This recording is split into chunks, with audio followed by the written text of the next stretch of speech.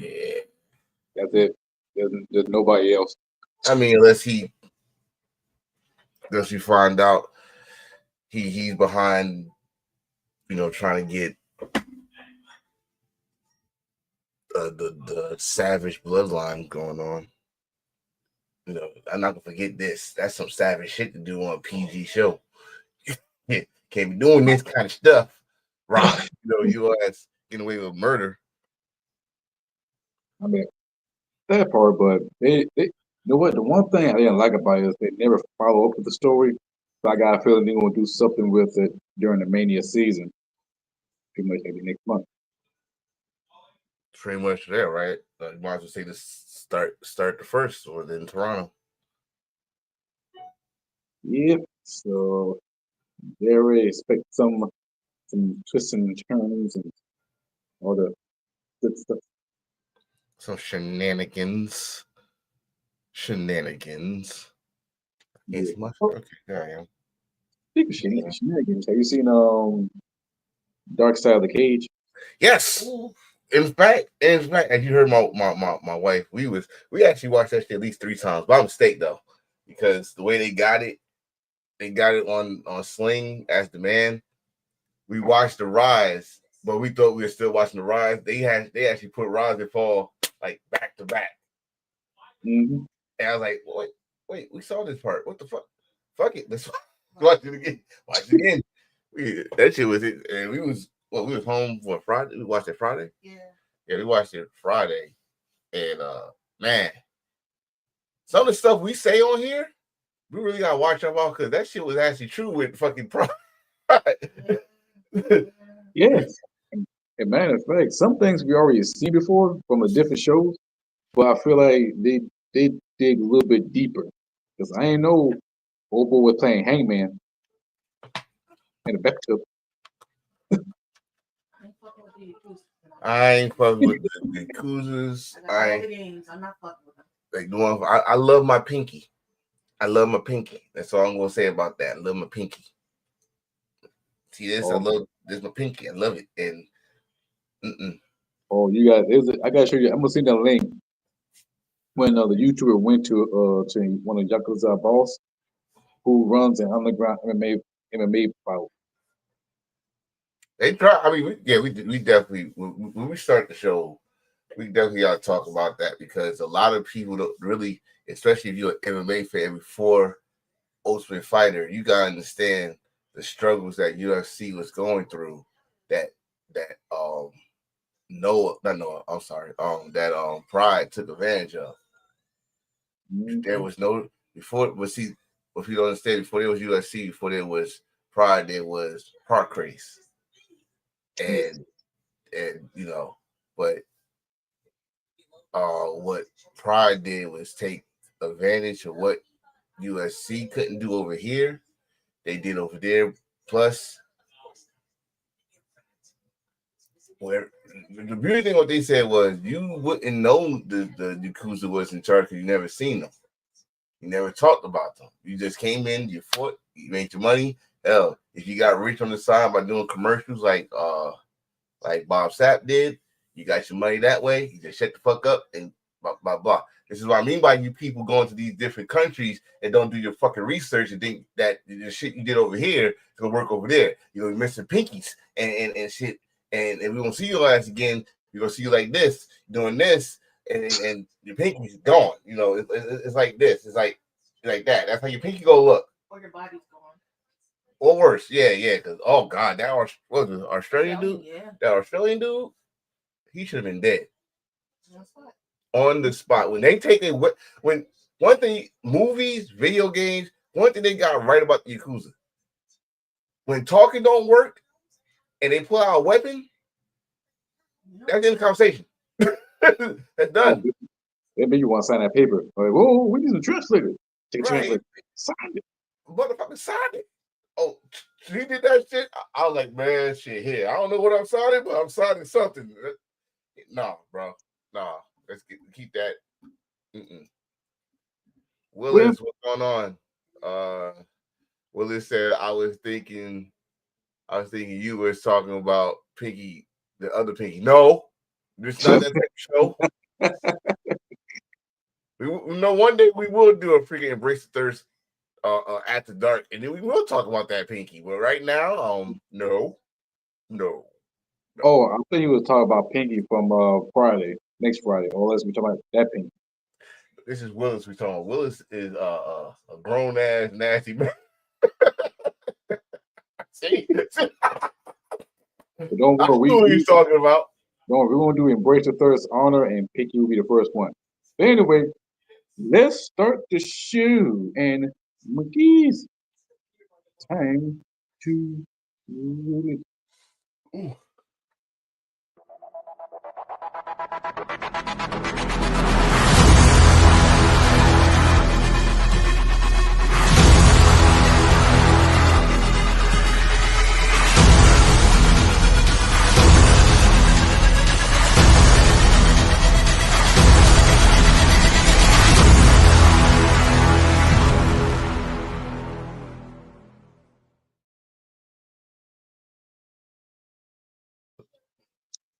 Hello, everybody. I'm your boy, Gil Carmichael. We coming for you. We gonna talk about that shit too. That shit has been going all over the place. I ain't got no special day. I got a special picture though. Enforcer, Mr. Attention Getter. You ain't taking my soul. You ain't taking my soul. Dwayne. This is not The Rock. This is Dwayne. Dwayne talking about taking souls. Like he Undertaker or something. What's my man from Mortal Kombat? Oh, shooting song. Yeah, man, you don't take your Maui ass out. Oh, anyway. Welcome to the show. You raised anyway. I am not. Come I am on, Mama. not. Anyway, I'm welcome to 111th episode of Embrace the Thirst. We got a lot of things we're going to talk about. We're going to talk about the main topic, Pride FC. We're going to talk about The Rock want somebody's soul. TNA and Believe want to do a partnership for 3 years. And Mellow don't miss. But since we're talking about that, we're going to talk about this. Oh, we putting pictures on this episode. That's how important this shit is. Tessa, we coming for you. First of all, before we get to Tessa, if you don't know the story, I know a lot of us around our age, and y'all probably heard about it by now. Back in the day, when Booker T, Harlem Heat, and Sister Sherry, he was doing an interview with Mean Gene. Booker T came out and told Hogan he's coming for him, nigga. Yes, he called Hogan a nigga, and it didn't make it on TV, but the edit version made it on the internet. You can't hide shit in the internet. But yeah. So many years later, Booker T had an interview with Chris Van Vliet, and he asked Booker, was he still going for Hogan? From that interview, we rolled to Booker T coming to NXT and the crowd chanting, "We coming for you." Fast forward to last week. This one we can't catch a break. I guess she's trying to take this as positive heat. Baby girl, this is not positive heat, but take it as you will. Now the crowd is saying this. Tessa, we coming for you. And that was on live on TNA Impact on XTV. If you watch it, you should have been there. They booing, they did everything. They just pretty much they're throwing her off game. And you can see that on her face because she was not expecting it. It got so bad. Said Tina Morella step out and doing a segment over her promo. So that means TNA fans or pretty much everybody else is not forgiving her or pretty much forget about what she said. So with that case, she got the most worst heat since Charlotte Flair. Or should I say Nick? No. All right, see, Charlotte Flair is different heat. Charlotte Flair is I'm sick of you heat. Damn near X-Pac heat. Damn near, right? But the shit is Charlotte knows what to do when she get that heat. She was trying to do, remember when Charlotte came back, she was trying to do the baby. I miss you guys. So my injury. The fans didn't want to hear that shit. They was happy you back, but they didn't need you to win the Royal Rumble. So now you know they're not happy. Hey, what Charlotte do? Flipped it right there. Okay, fine. Boo me, I'm going to turn the boo. I love that. That's one thing I'm going to say I love about Charlotte, what she did. other than trying to be bubblegum. This is not that. Your shit is not just racial. It's mostly that. But you was unprofessional. I need you to remember this shit if y'all don't remember this shit. So I probably added more gasoline to the fire that y'all don't like her for. But y'all gotta remember, she was unprofessional too. She was the TNA world champion. They actually made her the world champion. Yes, the pandemic hit, blah, but there was men and women still coming to work in empty arenas and empty Thunderdomes and daily places empty. GCW was doing shows outside. And let's not forget that DDT Pro Wrestling doing shit in warehouses. New Japan said we're gonna do it in an empty gym, but then we're gonna find a solution. That's why we love Japan Wrestling. They found a solution. They did it first. You held their belt hostage. Then you try to clean up your mess by lying, saying you didn't do it. And there are people like, oh, the girl forgave her. Yeah, but here's my thing with that. And I say it's for all people. Make your apology as loud as the disrespect. You didn't do that. And you didn't even say you was wrong. So the people letting you know, bitch, we're gonna make sure you never gonna forget this moment. Ever since her first match, fuck them when she came back. Her first match, the people in Texas did not let her get off. I don't know where they was at this past week. Well, they was in the Impact Zone, and I want to say they're in Charlotte, North Carolina, I believe. That's sad. They was in Charlotte, but they let you know, and it's gonna keep on going till you acknowledge and make this shit publicly known, and make at least say you're rehabbing yourself or something. Make us believe it too when you say it, because that's them. I mean, I don't give a shit about. I don't know you personally. I don't give a shit, but you ain't gonna come to Virginia because I was gonna be in the crowd just like O'Shea Jackson was when they booed Hogan, laughing. I'm gonna do that. I'm gonna laugh. Why seeing it is like they did not forgive her, and I do believe in forgiveness, but it's like a level of the shit. It's like we forgive you do the DUI, we forgive you do some other dumb shit, gambling or get a skibbity pat, but we'll come down to racial shit. No, we can't forgive you. Like we boo Hulk Hogan. Hell, if Ultimate Warrior is still alive, he will catch that same heat. I kind of disagree with that one because I think people forgot about that shit when he came back. They was cheering his ass on and let him come back, and they was cheering him there. And I like maybe after that, if he didn't pass, yeah, then people like, oh yeah, we just gave you a moment. Now we're gonna remind you all the shit you said, those little things, but it never got that chance. I think at that time there was no Dark Side of the Ring. If Dark Side of the Ring would have came out and it showed an episode of Ultimate Warrior, sir, we don't need no Dark Side of the Ring. I don't care what everybody say. The best DVD that Dudley ever did was that Ultimate Warrior DVD that's in this house. It's a classic. Mm-hmm. You cannot. Listen. When Warrior passed away, we gotta remember Warrior passed away. That was the early days of WWE Network, and they did a little tributes on that shit. Like, fuck no. Y'all not doing this. No. I hate people do that. And I'm telling y'all this right now. I am this person. If I don't like you in life, I'm not going to like you in death. The only respect I'm going to do is don't say nothing at all. That's the only respect I'll give you. Because if I open my mouth, they're going to say some bullshit. I can name one person who just passed away, but I'm not going to say it. But y'all probably already know where I'm going. I didn't say not a word. I did not do no picture, no dedication, no nothing. I did not like him when he was here. I'm not going to fake the funk.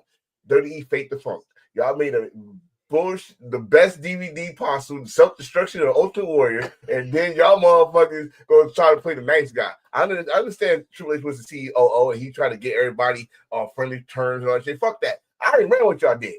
And that was the best DVD. I've said it at least 3 times by now. That was the best WWE DVD next to Chris Benoit. And that no one can find no more unless you got it. I got it. So back to the case in hand with Tessa Blanchard. Tessa Blanchard, you don't have that luxury. You're not gonna. And the thing about Tessa Blanchard is you, my dear, could fix this. You could fix this. Take accountability. Everybody in 2020, if you think about it, almost everybody in 2020 that was in the Me Too movement or some fucked up shit came out, recovered. Yeah. At least a good 80, maybe 80% of the recovered some way, somehow. She did not. I think the best one who came out from it, Will Ospreay, Enzo Amore. I would give linear to Marty Scurll because he still wrestled in the indie scene, mostly in Mexico and Europe and a small town. But she was on that way. She was on that wave. She was wrestling in Mexico and all with I think CMLL or AAA, one of them. I believe either Triple L, CMLL, but I think it was CMLL. Yes, like everybody that's in the Me Too movement, a lot of them recovered. Some of them didn't. Jimmy Havoc didn't. Travis Bank didn't. What's the dude? The penis boy. Joey Ryan. Joey Ryan didn't because he can't work in Disneyland. So let me tell you something. Where's my? Hold up. Let me grab something. What you about to do? A flag on that one? Hey, man, that's not a flag. It's the truth. He tried to work at Disneyland and someone recognized him and then he said, "Oh no, get away from Goofy. Get away from Goofy and get the." Man, let that man work. We all love Joey Ryan. Bro, no, not in a children's amusement park. If y'all let that man wrestle, he would have been a dope character. Y'all love him when he Hangman Page. Y'all love him. Sir? You know what, sir? Take that. Y'all love Joey Ryan. We all love Joey Ryan. I did not. You were black on play. No. My wife right here. My wife right here would tell you I did not like that. This motherfucker got over with a penis. Y'all some sick motherfuckers that got. There's only one organization that would have worked.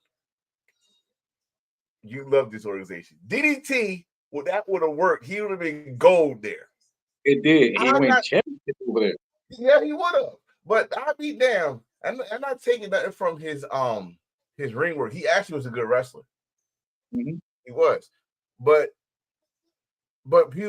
when you say his name, what you remember him for? The power of the dick, whatever that shit was, the dick move, whatever the fuck it was. And then you come to find out what the fuck you was doing? You nasty perv? Little children? No, he can't work at Disney with that. You go to Disney World and you worry about Mickey Mouse, Donald Duck, Goofy, Daffy, and then ... Joey Ryan passed you. The penis guy. What? Walt Disney will flip him and get his ass. and y'all ruined that man's career. If y'all just leave that man get his money, I did not ruin his. He ruined himself. He ruined himself, and it's gonna be a lot of people. It's gonna be some people like I'm a jackass for this, but and some people that like no, I'm dead right. But I'll tell you right now, in the real world, you do that shit, you go to jail. He lucky he didn't go to jail. Or up his body and do a suplex with his wee wee. No. This be our wrestling. He got in trouble for fucking with little kids. Okay, that part. Yeah. He didn't go to jail. But motherfuckers out here that do 9 to 5 or struggling, they do that shit, they go to jail. This motherfucker goes to Disneyland. He gets his time at Disneyland. What? Well, I ain't gonna go political, but if your name carry that weight, you gotta lean with it. Unfortunately, that's a fucked up truth. But if you're just a Joe Schmo working at McDonald's and you do some bullshit, you gonna lose all your job and get fired. No more McDonald's, no more nuggets, and you going to jail. He gonna get his nuggets, all right. Nuggets, all right. Well, we're not giving Joey Ryan no shine on this fucking show. No, fuck that. Yeah. back to But Tessa. If you want to talk about wrestling right now, she's the number one heel in TNA by default, by default. But as a person, I'm telling you right now, what she need to do is take accountability, acknowledge this. When someone asks this question, because someone go ask her the question when she do one. That's why she haven't done one of these damn interviews yet. Which they asked that question, she got to come up with a better. Oh, I talked to her, and we no. This is louder than just her. If it was just her, you just call her a bitch and said she ain't nothing but trash. And that's that. You was talking about a whole community as a whole. mm-hmm. You need to straighten that out because you gotta remember, guess who's in that same building, that same community that you was talking about? It's in that and I don't give a fuck that Moose forgave her. She ain't do nothing to Moose. That's one person out of a zillion of people. But we'll see. Hell, there's some women that don't want to work with her because she was trying to be a bully. Yeah, like what's that term? A sandbag or Mm-hmm. but, yeah, same thing with the Thunder Rosa thing. So yeah, he was on that list. But I don't feel. I mean, as a wrestler fan, I loved it. And I think she's gonna get to her sooner or later. She's trying to be professional. You can see in her face though. You know how those facial expressions that Roman do when he biting his lip and shit. Like, you can see her face like it's gonna get to her at the wrong time. She's gonna let this shit build up at the wrong time.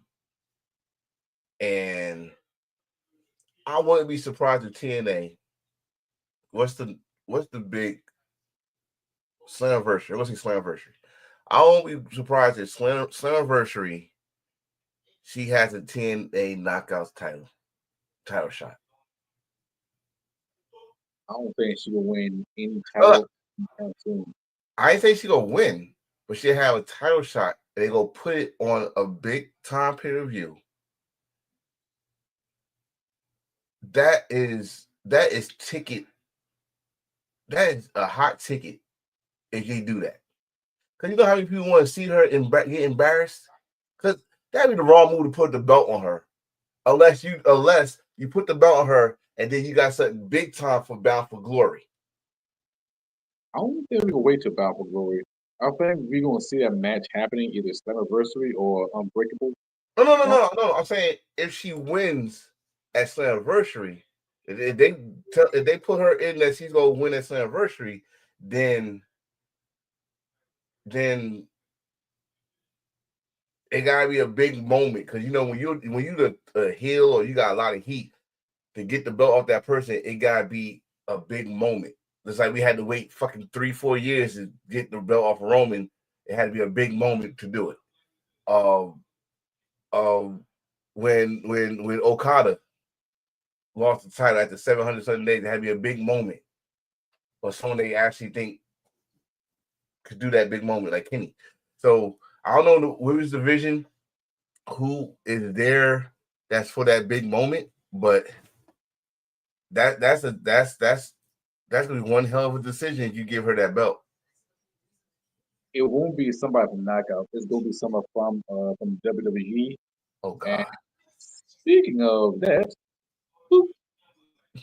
let's talk about this. So now this week they announced that WWE and TNA will partner up for 3 years.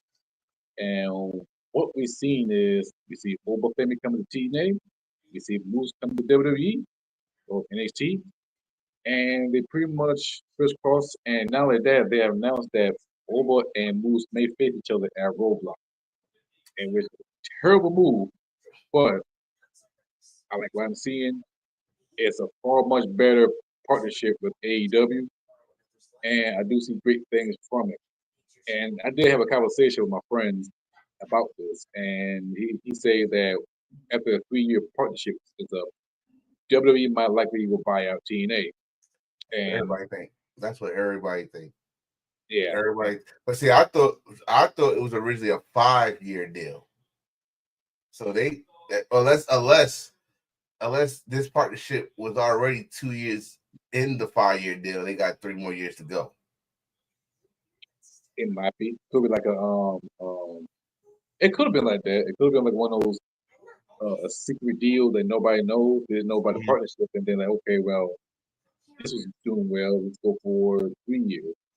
And I know the fans is happy. For me personally, I am very happy what I see with TNA and WWE. I do want to see, when the TNA stars on the main roster, not just NXT, but go to the main roster and face one of the big stars. I do want to see title changing hands. I do want to see that shit happen. Hmm.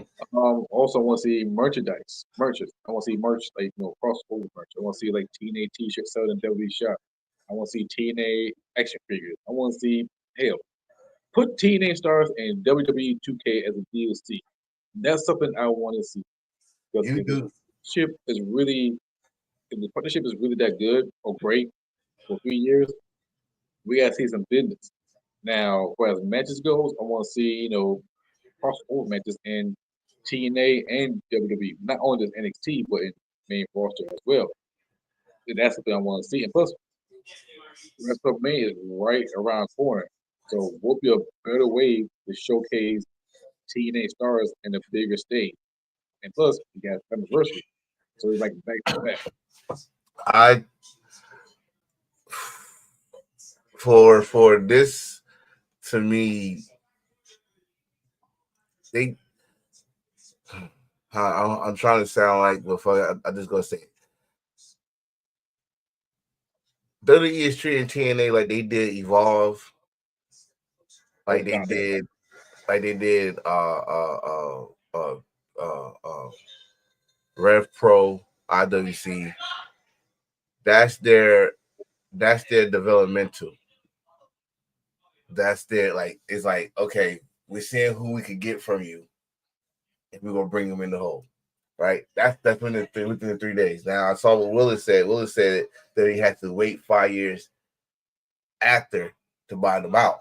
This is my thing. What you was just saying, I'm listening to what you're just saying, is that if we get those toy or those action figures, excuse me, I'm about to get my damn ass whooped for saying call them toys, on the action figures and merchandise and stuff like that. That is a pure sign that WWE is definitely gonna buy them. If we see TNA stuff in WWE shop, we're definitely saying WWE either go buy them or they got a piece of the partner, the ownership. Because Anthem still gonna want their piece of the pie. That's the owl people from Canada still want their piece of the pie. But the thing is with this situation is, like you just said, I would love to see some of TNA roster on the main roster, and I would love to see some of the main roster, not ex TNA people. I mean, it's good to see like AJ Styles go back to TNA, not via video no more. Just come out there live and stuff. But I want to see other people.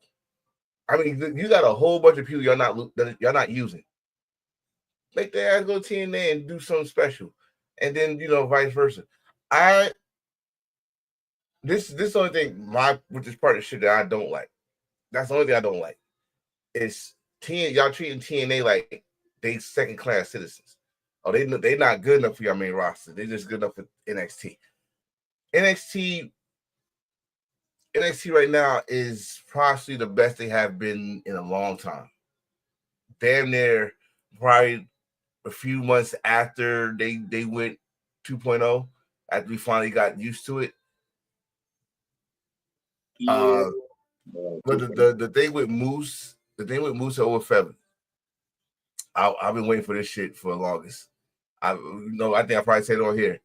They so similar, with the exception of Moose is the black, is a truly the black Cody Rhodes, because he talked just like him, just and Over Febby is freaking from Wakanda. But they both are big Nigerian dudes that played football and they perfect themselves in the world of wrestling. Some way, perfect his way in the sports entertainment. Moose went to the Indies and perfected his craft, and now his character in TNA. I love it, and the fact that it's going to be in Madison Square Garden. But here's the twist: it's not in Madison Square Garden. It's in the fucking theater. You know why? Because they don't think they can sell out Madison Square Garden. And let me tell you right now, WWE, you really WWE and TNA, you really don't have no faith in the New York fan base. That was sold out Madison Square Garden. Unless y'all had some high ass pricings. But since y'all don't, because it's an NXT show, y'all could have sold that Madison Square Garden. But the theater, fine, cool. If you watch TNA audience and you watch NXT audience, it's pretty much the same. So theater is nothing wrong with that. AEW just did a theater show in Phoenix, and that shit looked beautiful. It was packed, beautiful, whatever. Small venues, I had no problem with. We said it on here a long time ago. Small venues actually bring more energy to the show anyway. And Roadblock is there pay-per-view or is it special show? I believe it was like a PLE because they took up the NXT logo and replaced it with WWE. So that will be the next one. And okay, well, we gotta see. I like it. I don't like that it's gonna be title for title because if it does be title for title, it's gonna be a no DQ or no contest. Some shit they used to do back in the day with the NWA and the WWF. They used to do that shit. But we did have certain title shows like what's up, my guy, I want it only. We did have like the NXT tag team titles over there. We about to have the TNA tag team titles, the return of the Hardys in the WWE ring in NXT anyway, but still, it's still a WWE ring because whatever. And right now. And I know, bro, I knew something was up because you go on WWE YouTube, they got WWE The Vault now, and they run the Hardys back to talk about their big moments in WWE. Like, I thought it was old, but no, you see the great whiskers on Jeff. I'm like, oh, this shit, they just did this shit. Holy shit. So that's what I like about it. That's the only thing I like about it, because you don't know who's gonna come over to TNA. You don't know who's gonna come over to NXT. Because I probably in this house, I marked the fuck out when I saw Moose. I don't care what anybody else say. He just needs to make better facial expressions. That boy like he had to take a shit. Okay, that right there, that's one of the most moon monkey shit I ever seen. Why he got his nose sticked out like that, lip poked out? I was like, why you make that face? You could make your bro. I didn't know who it was. Even though I know the music, I was like, that ain't Moose. What the fuck? Moose. I mean, what the? That ain't Moose. Moose, you don't stand up straight. Like, what the fuck is he doing? I'm like, dude, like you could act normal like you did in TNA. Why you had to make that face could have been mean, but it didn't. It's a meme. What you mean it could have been? It's a meme. I made one right there, so I like that's the face that you had 10 straight cheeseburgers from White Castle. That's the face you make without a bathroom. I'm the funniest thing. And then you got let's pass this. Let's go to the promo. I'm gonna tell you right now, Moose was too excited. The man could barely talk. He's like, I just burst your butt. You know, Moose will say that shit straight ahead without robot. He was so excited, he almost forgot his lines. But this is what people stop slandering wrestlers. Stop slandering wrestlers that are still fans of wrestling. Moose been begging to come over for 2 years. Mm-hmm. He got his moment. And you got people over here talking, listen, man. There's some people that they know what it is, but that's still their dream. Those 3 letters, WWE, still mean something to some of these people.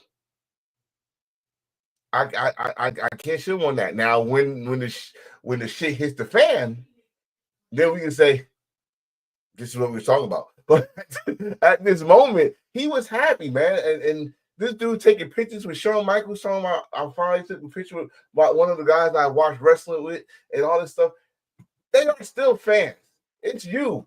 Well, not you, but wrestling fans that are the fucking problem. These guys and women that's wrestling, they know each other. They got what they gotta say what they gotta say because they are mainly in this company. So they gotta say, oh, I'm in the one company and that company, this you want to watch us. They want the eyes on them.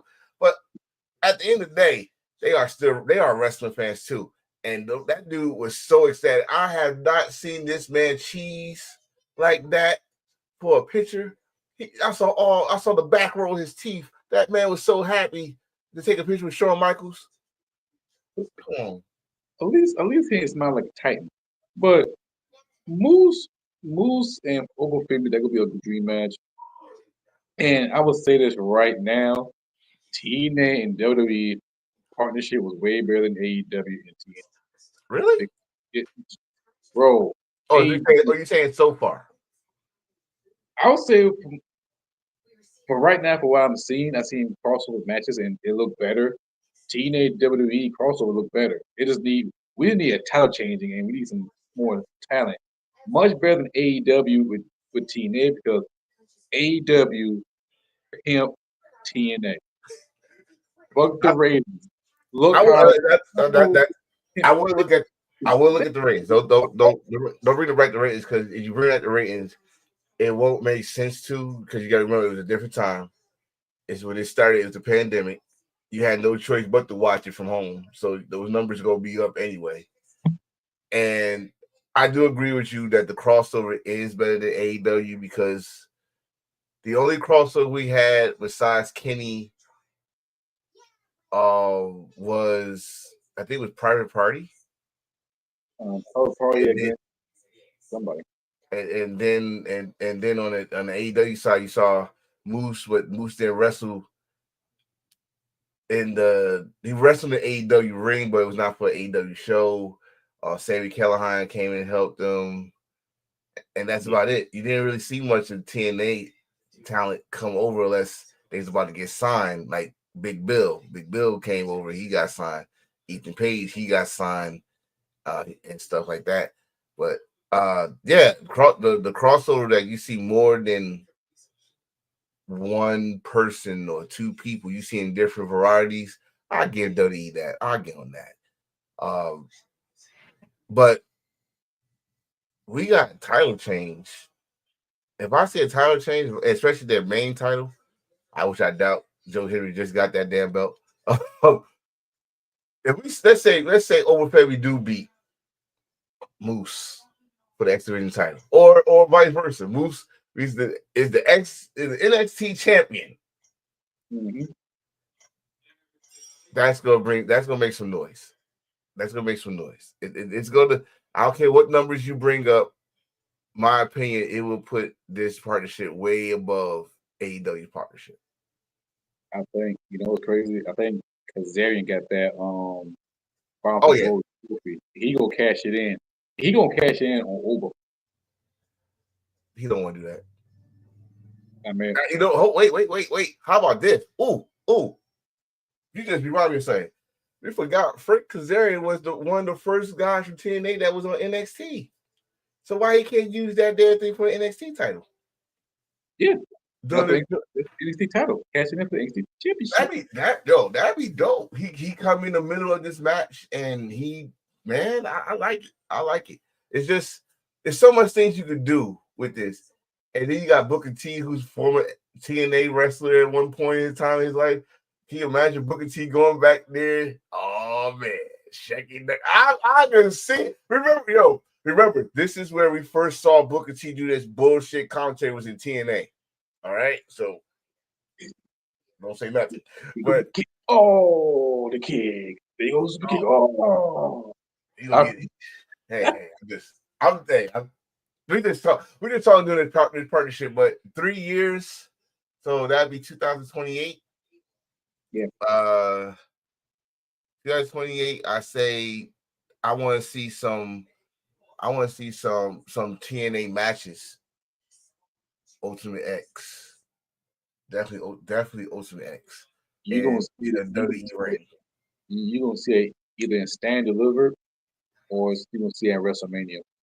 I'd rather see it stand deliver first. I mean, you're already doing the partnership in NXT, so you might as well test just like they did with the War Games. They did it in NXT first, just like they did the females mid card title. They did it in NXT first.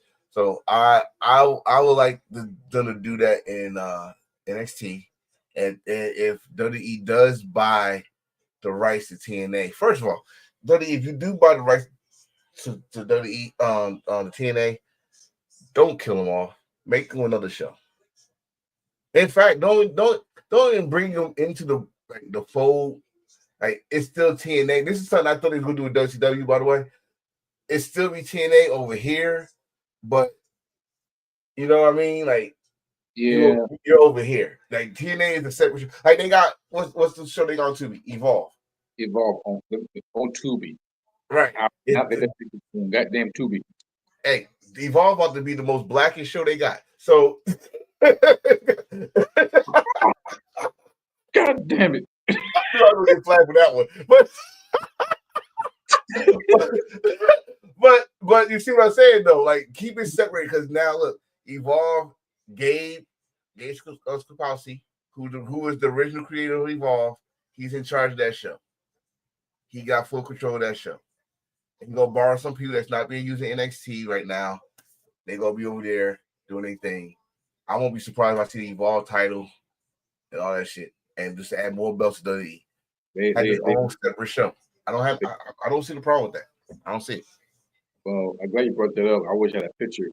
Well, they did mention gonna bring the Evolve Championship, and they already seen the WWID Championship for men and women. So basically, that's how we're defending all the indies. Really? Yeah, there was a picture out there. I saw the picture, but those belts gonna be defended in the indie shows. Yeah, think about it. The ID people within the ID, if we win that championship, we could defend that title in the indie. So it's like a promotional title. Like, hey, you want to come to WWE? You can win this championship. So Jesus, I'm going to cash it in. I'm going to get that damn belt. You know what's fucked up? If that title landed in GCW, you might as well forget it. Well, hold on. Now listen, if that belt landed GCW, everybody, let's not forget WWE got a partnership with GCW. Some type of weird partnership where they can have motherfuckers on Bloodsport.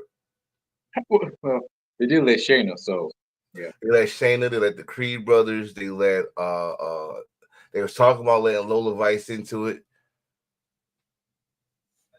I'm just saying. This is 2025 is weird for wrestling. Not weird in a bad way, weird in a good way. Like I never thought I see all these partnerships like right now. Like I could see it in AEW because AEW they let their wrestlers be free to do it. With WWE, I never thought I'd see this shit kind of again. When I say again, Liz, like people forget WWE back when Vince had some sanity. He did business with Memphis Wrestling, which was USWA, Ohio, Smoky Mountain, ECW, which we found out he actually was helping them out a little bit. Yeah. All Japan, now with Triple H, as Willis call him, Magma H. No, I call him Birdman H. That's fucked up. But Triple H, Paul. Let's take the hatred out the way for a minute for Paul, because I know some of y'all do, and he don't see color, all that other shit. Well, he's a wrestling fan. He's a wrestling fan, and we was in NXT. We almost had a partnership with New Japan in NXT. They did the show over there in the Sumo Hall, where Finn got the title against Kevin Owens. They brought in Jushin Thunder Liger for the first Brooklyn show. Liger never stepped in the WWE ring. He worked with them in All Japan, but he never stepped in the WWE ring in the States, and it happened in NXT. He came this close to having a New Japan partnership. You know what fucked it up? Our boy and mine, Naito. Naito fucked it up. Naito Ghost, whoever was over there, left out the back of the restaurant and ran and fucked it up. But I'm not mad about that because that's Naito. So, but we almost had it. So, with that, do you blame Naito because? Oh no, his big man era. No, it's fuck with he. No, not only that, he saw what they was doing on Nakamura. Like he knew he was still gonna be the guy in NXT, but once he did that main roster, he knew they was gonna try to change him. And one thing you don't do with Tetsuya Naito is try to change him. No, he's the ingullible one. You don't change him. You would get screwed. So leave Naito alone. Yes, and now that at least he don't miss. Let's talk about this one. Future tag team champions. Yeah, I think that's what everybody. Well, I said it on the group chat. I'm seeing this tag team, and they're gonna win it at WrestleMania because right now, first they teased it earlier, and you see how they gel together. It's one of those mismatched tag teams, and it working. Was you just trying to do a fucking pun there? I heard you. Was you just trying to do a misunderstanding? Did you just say that? You just said that. But one thing is pretty much the one thing it pretty much fucked it up. Why 6 is an afterthought. Because right now, all eyes on Miz and Melo and them two gel together, and that skull crushing first 48 combo, dope ass move. A little bit sloppy, but it was dope. And the two gel, the t-shirt, more cop the t-shirt, and now that's your tag team champion. Is it going to be in WWE or NXT or TNA? Oh God, I'm gonna level with you on this Y6 thing. They're doing something with her with Alexa Bliss and Y6. Just because her vignette or promo that shit was on SmackDown, she looks like she's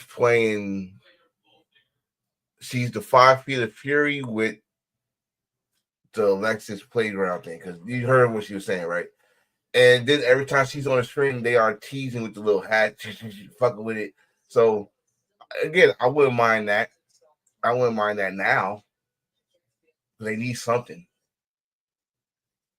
They did follow the storyline when they put them to the SmackDown, but with this Miz thing, Miz is the fucking parasite.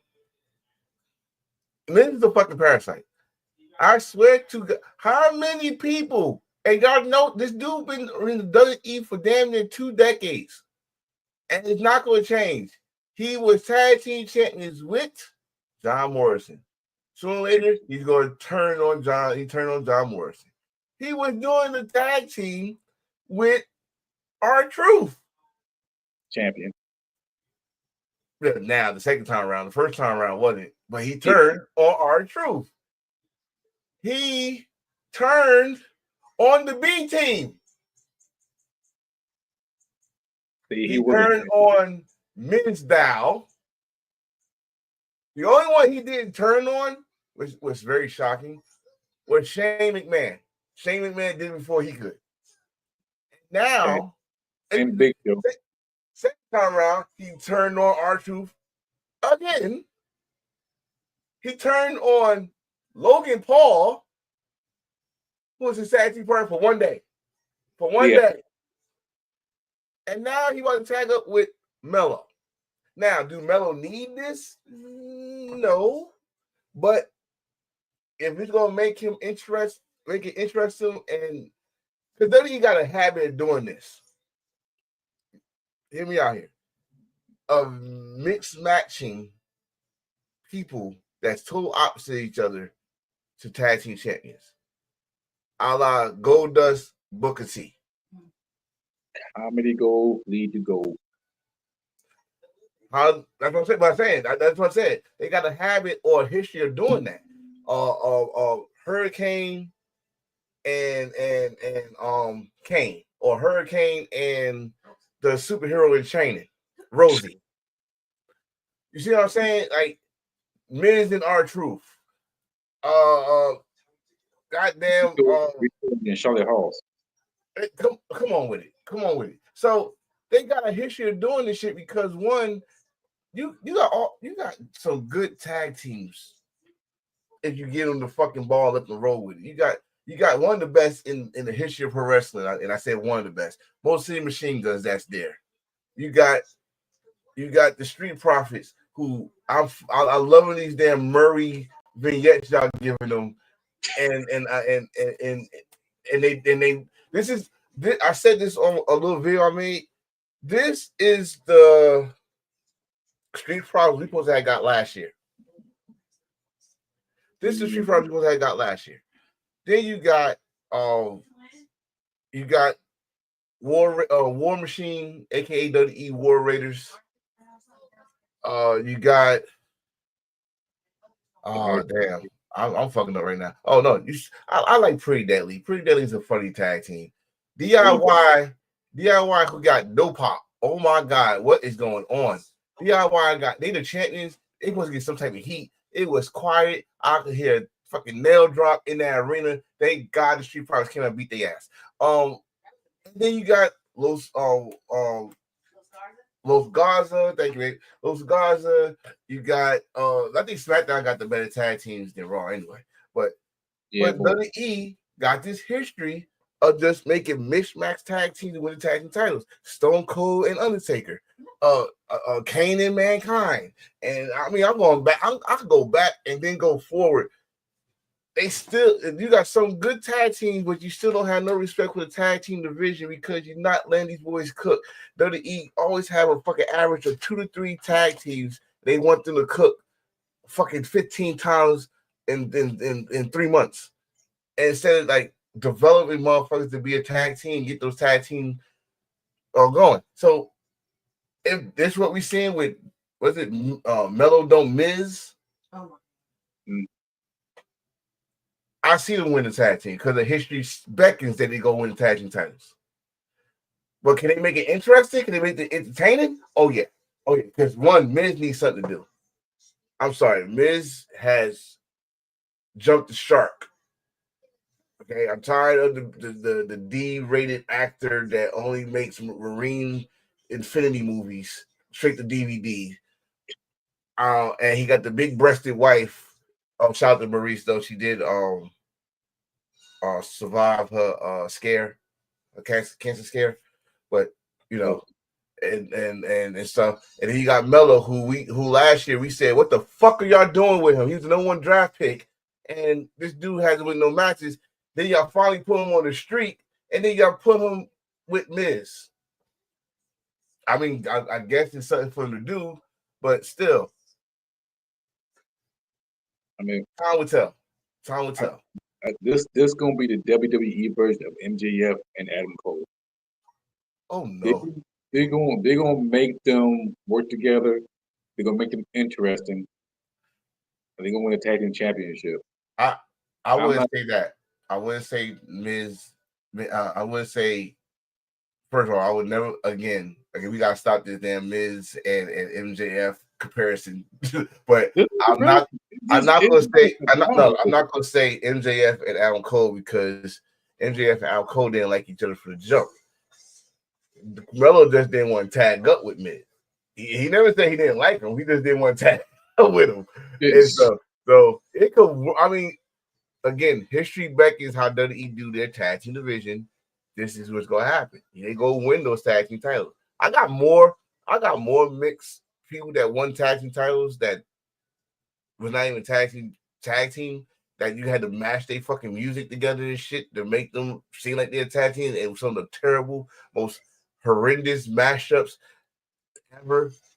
You know, I could name one that's in my head right now: Big Show and Chris Jericho. Well, this the big.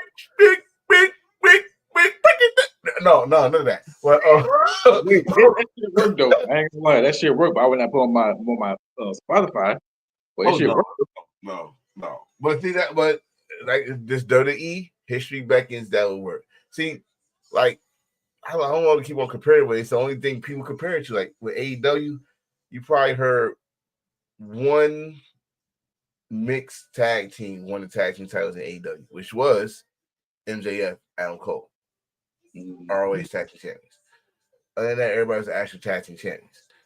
I'm sorry. Let me tell you about Kenny and Adam Cole was not an actual tag team, but yeah.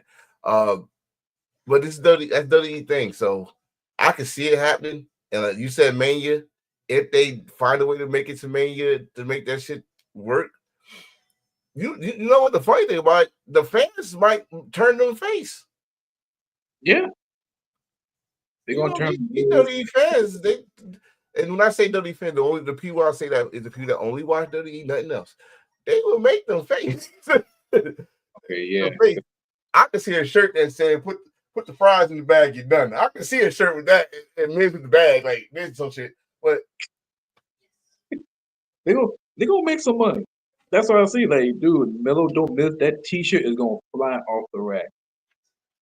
I don't even know where my Melo don't miss NXT shirt at, but well, don't worry, we're gonna get Melo don't miss, and when that shirt come out, that'd be the first Miz shirt I ever had. If he do, I never brought a Miz shirt, and it's a couple that I like too. I got haters love me because I'm awesome T-shirt. I wanted the what was the one haters something. So I run out of room, some shit. I wanted that, but I don't know. Like I said, Miz needs something to do because it's no, this Miz is. I like Miz for his Intercontinental title runs, but it seems like they don't know what to do with Miz. It's really fucked up because I think he's one of the most underrated worker in WWE history. Thank you. There it is. Haters love me. Haters love me shirt. Yes, I wanted that. Yeah, I believe that Miz is one of those underrated wrestlers who got proper respect, but WWE don't know what to do with him. But he's a back-to-back triple Grand Slam champion, I believe, and he should have a second WWE championship run, much better than the last time he won. I think he got beat by Bobby. He had that belt for a day. Yeah, his second time with the belt was for a day. They made him a transition champion. But in the record books, he's a 2-time Grand Slam. Listen, is Miz a Pro Wrestling Hall of Famer? No. Is Miz a WWE Hall of Famer? Yes. Of course. Come on, like honestly, if Miz leaves the WWE, he's going somewhere else and being Mike, whatever his last name is. That's all he can be. He can't be the Miz, so he got renamed. It's like Dolph Ziggler got to be Nick Naniff. He got to be Mike. So, and I like. Listen, I'm gonna say right here, I'm a Miz fan. All right, I like Miz ever since the Real World. I'm gonna tell you exactly how I found out. I was flipping channels. I'm in the Navy, and the Real World was on, and one of my command officers, they was looking at it, and then I'm in the kitchen, I'm doing mess duty, and this dude talking about wrestling on there. I'm like, oh, he had a little fucking toy belt and everything. He called himself the Miz on there. I'm like, oh shit. So when years later, he's on my TV doing Tough Enough. Like, oh shit, he really gonna do this shit. Oh, and this dude's still here. So little respect, but again, like I said with Miz, he's a parasite. This dude always fucking getting people to tag up with him so he can turn on them and you can have a little story. It's so recycled, but yeah, it's gonna work. It's gonna work. They're gonna be tag team champions. I'm telling you. Oh yeah, for sure. I definitely see that. And Also, I want you to give me something. What? Give me your soul, goddammit. Give me your goddamn soul. So, so everybody, yeah, you bring your black ass back here and your damn black soul. But anyway, They gonna have my black soul. Yeah. Shit, that's all black people got is soul. Sure. Bro, well, that gotta be that. Let's talk. Let's talk about it. Let's clear the air. This was some bullshit. no, this is No, not bullshit. This no, I this like was this one. bullshit. It take a different No, turn. no, this was bullshit. You took Liv Morgan and Naomi's time for this shit, Ooh. and the fact. Okay, listen, and Rock, you are. I love you. I love the Rock. Dwayne Johnson, Attitude Era, you was the shit. Electrifying shirts, turning shit sideways, stick up the candy ass. Rock, we love you. But you are the most bipolar motherfucking character right now. Do you want us to cheer for you? Do you want us to boo you? Make up your fucking mind. You come out in New Orleans to the block is hot. You gonna get cheered. Okay, you're gonna get cheered. That's one. Two, you do your same shit, you're gonna get cheered. You gonna tell motherfuckers it's not singing along with the Rock? All right, you want to boo you? Fuck you, Rock. Fuck you. Then you gonna tell us shit that we knew last week. We knew WrestleMania was gonna come to New Orleans next year. We knew that shit. The fucking shit was already out there. But it's you. You want to make your announcement. You want to put your little watch with the WrestleMania 40 on the street, and then had the New Orleans riverboat and all that shit. But then you went from all right, same shtick to what the fuck? You call Cody out, y'all giving pounds, you're hugging and all this shit. We knew you was not gonna be a WrestleMania because you said you. But not saying, I mean, we knew you're not gonna wrestle at WrestleMania. Yeah, because you get that movie, Martin Scorsese movie, who passed a Hawaiian mob boss. Okay. So we knew that already. But then you come out and do this shit. You talk your shit. And saying you're my champion. You know I am the TKO. I got the shares. You should have said you got majority of the shares because that's what you do. You got majority of the shares. So you pretty much own WWE and UFC. You want to get real technical, but then you gonna say this line, and that shit fucked with my head. It fucked with everybody that's watching SmackDown's head. Because first of all, you look like a bald tan man. You said that shit. You're my champion.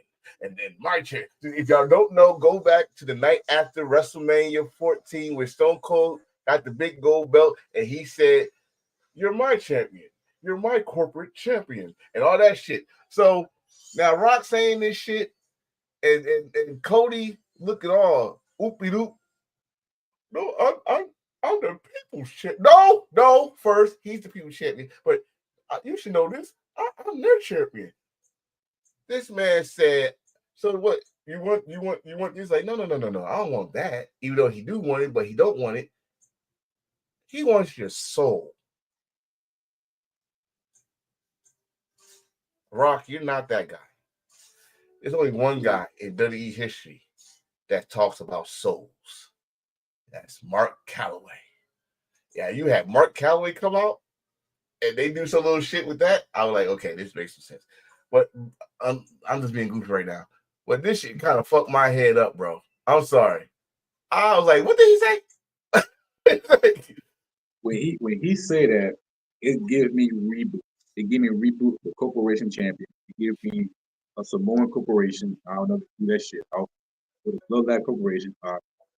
Good idea.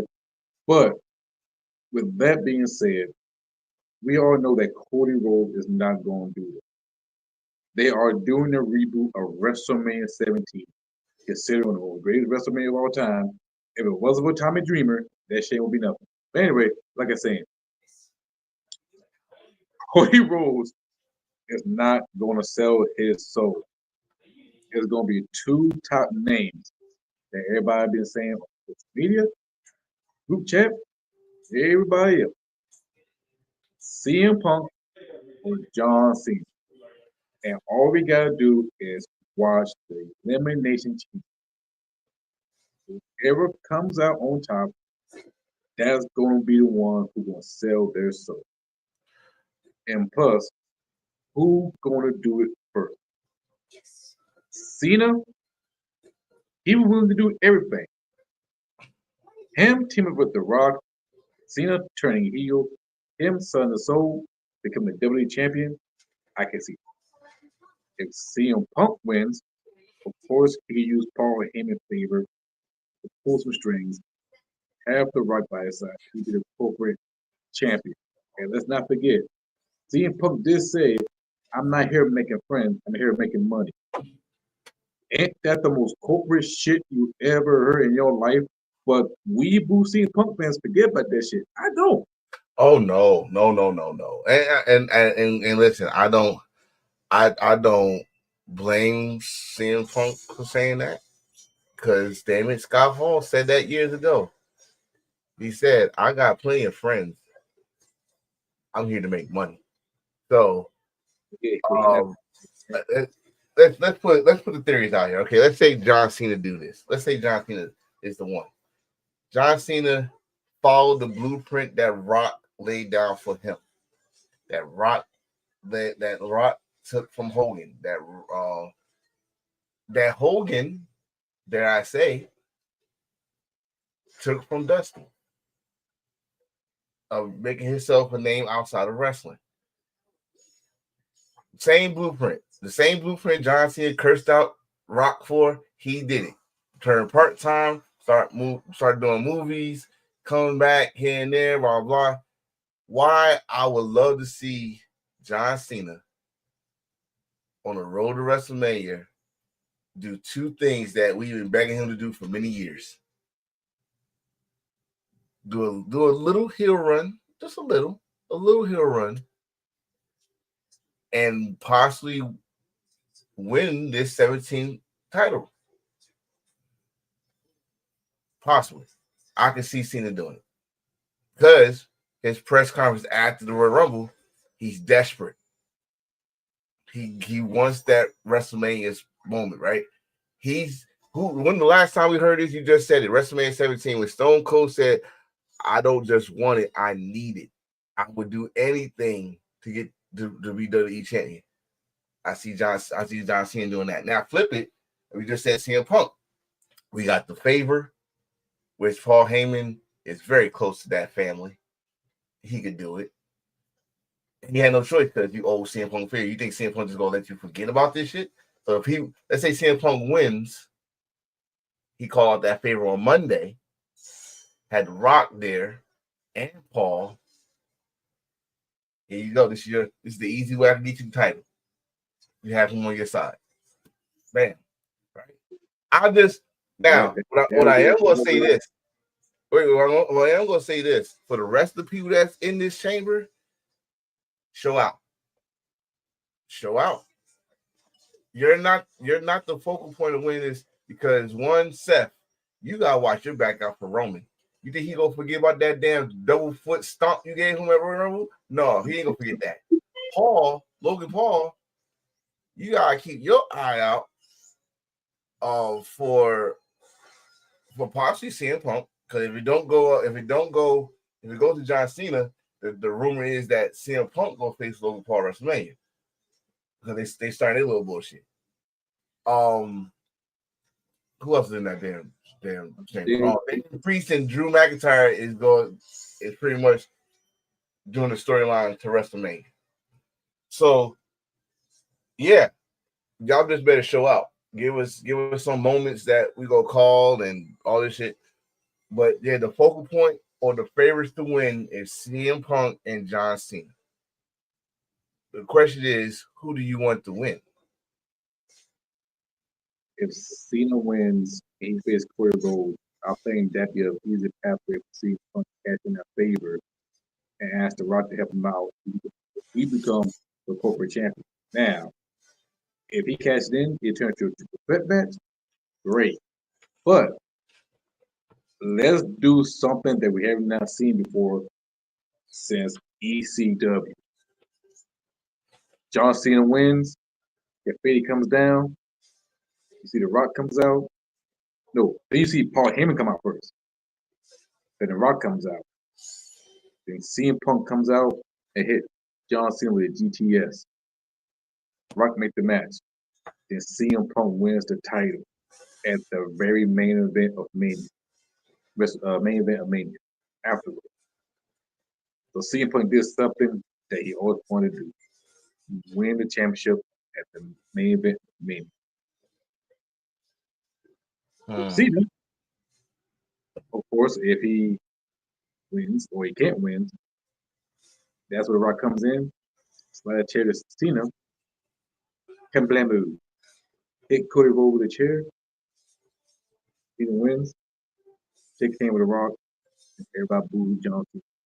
Or cheer, well, likely cheer for Cena because everybody like Cody, but it's gonna be an epic moment.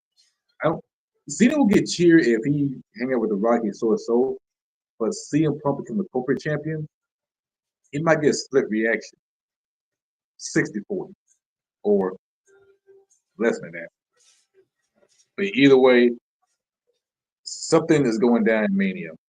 And we're gonna be talking about this the day after. It'd be like it's gonna be something talked about. I tell you one thing that's not gonna happen at Mania, and it's gonna piss off a lot of people. Jey Uso is not getting that main event slot if all this shit happens. And I'm gonna be mad as hell. Saturday. It's gonna be a Saturday main event. I'm talking he might not get either day. And I'm gonna be mad as hell. Because the thing is about these two nights, this should be a respect thing. And what I mean by respect thing is you tell me that I won the Royal Rumble and I'm supposed to main event WrestleMania, I main event in WrestleMania. There's no if and but I don't give a fuck what your name is, who you is, what the I am the main event. Let's make it happen. I don't give a fuck. That means Jay should be the main event. And unfortunately, people, you can be mad all you want, but Charlotte and Tiff supposed to be main event too. That's why you got two fucking no. Listen to what I'm saying before. Listen to what I'm saying. I'm not even worried about the Tiff Charlotte thing. I'm talking about Jay. Because one, people are mad because this match, we've seen this match already. We've seen Jay and Gunther already. What's gonna be different about this match that we not that you know? Well, one is at WrestleMania. Two, I'm seeing Jay adapting different stuff to his wrestling moveset right now. When the fuck you saw Jay do a Poison Rana? He did that Royal Rumble, right? And my thing is right there. Like my thing is, we need to stop saying this when people in the Royal Rumble. Oh, they gonna be the main event ever. Say this, they get a title shot.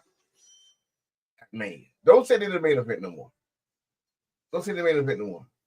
Say they get a title shot because you got so. This is why I say I don't see Jay getting the main event spot. I love it. I love if he do, but I don't see it because you got too many stories that can overshadow belts without a belt.